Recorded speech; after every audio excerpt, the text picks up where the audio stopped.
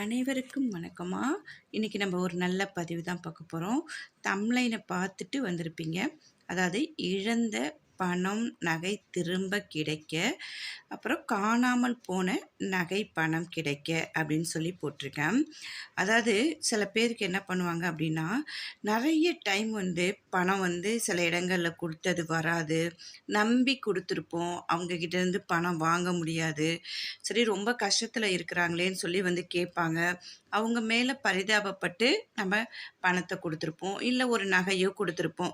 ஒரு அவசரத்துக்கு நீங்கள் வச்சு திருப்பி எங்களுக்கு கொடுங்க அப்படின்னு சொல்லி தருவோம்.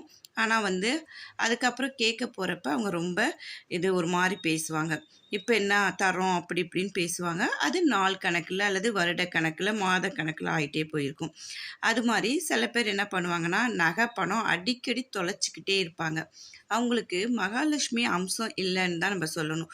ஏன்னா அவங்கக்கிட்ட சரியான ஒன்று அவங்க கவனக்குறைவாக இருக்கணும், இல்லது அவங்களுக்கு மகாலட்சுமி அம்சம் இல்லாமல் இருக்கணும். இந்த மாதிரி போகிறவங்களுக்கு தான் அடிக்கடி நகை பணம் காணாடிஞ்சிட்டு இருக்கும். இதை ரெண்டுத்துக்கும் நம்ம பரிகாரம் செய்ய போகிறோம். பரிகாரங்கிறது சொல்றதை விட, இந்த கோவிலில் போய் இந்த மாதிரி பூஜை செஞ்சோம் அப்படின்னா ரொம்பவே நல்லது. நம்மக்கிட்ட தொலைஞ்ச பணமாக இருக்கட்டும், நம்ம கொடுத்த பணமாக இருக்கட்டும், எல்லாமே நமக்கு திருப்பி வந்துடும். எந்த ஒரு விஷயத்தை நம்ம செய்ய போகிறதுனாலும் நம்பிக்கையோடு செய்வோங்க.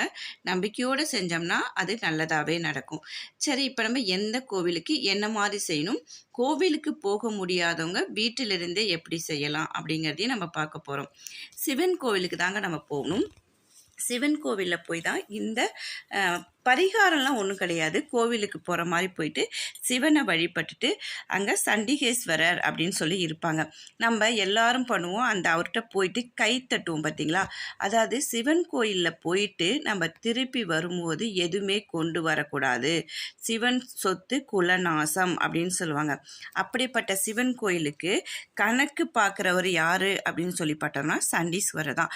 அதனால தான் என்ன பண்ணுவோம்னா, சிவன் கோயிலுக்கு போயிட்டு அவர் முன்னாடி போய் கை தட்டுவோம். அதை சில பேர் என்ன பண்ணிட்டாங்க, சண்டிகேஸ்வருக்கு காது கேட்காது அப்படின்னு தவறாக செய்கிறாங்க.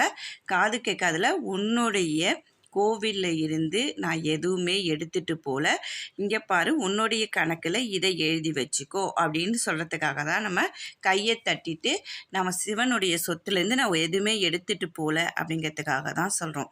சரி, இப்போ அந்த சிவன் கோவிலுக்கு நம்ம போயிட்டு அந்த சண்டீஸ்வரருக்கு என்ன பண்ண போகிறோம் அப்படின்னா, வில்வ இலை இருக்குது பார்த்தீங்களா, வில்வ இலையால் அவருக்கு மாலையாது அல்லது அர்ச்சனை பண்ண போகிறோம்.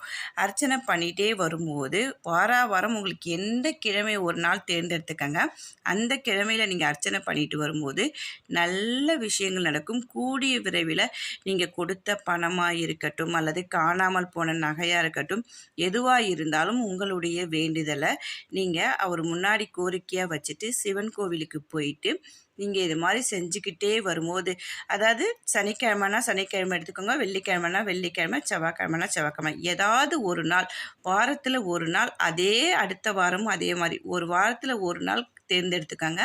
கண்டிப்பாக அதே மாதிரி அந்த திங்கள் செவ்வாய் எப்படியோ, திங்கக்கிழமை அப்படிங்கிறது ரொம்பவே ஒரு உகந்த சிவனுக்கு உகந்த நாள். அப்படிங்கும்போது திங்கக்கிழமையே ரொம்பவே விசேஷமான ஒரு நாள். திங்கக்கிழமை கூட எடுத்துக்கலாம், இல்லை உங்கள் வசதிக்கு தகுந்த மாதிரி நீங்கள் எந்த நாள் வேணாலும் தேர்ந்தெடுத்துக்கிட்டு இந்த மாதிரி சிவன் கோவிலில் போய் சண்டிகேஸ்வரருக்கு நீங்கள் வில்வ இலையால் அர்ச்சனை பண்ணும்போது உங்களுடைய இழந்த பணம் நகை காணாமல் போன நகையெல்லாம் திரும்பி கிடைக்கிறதுக்கு நிறைய வாய்ப்புகள் இருக்குங்க.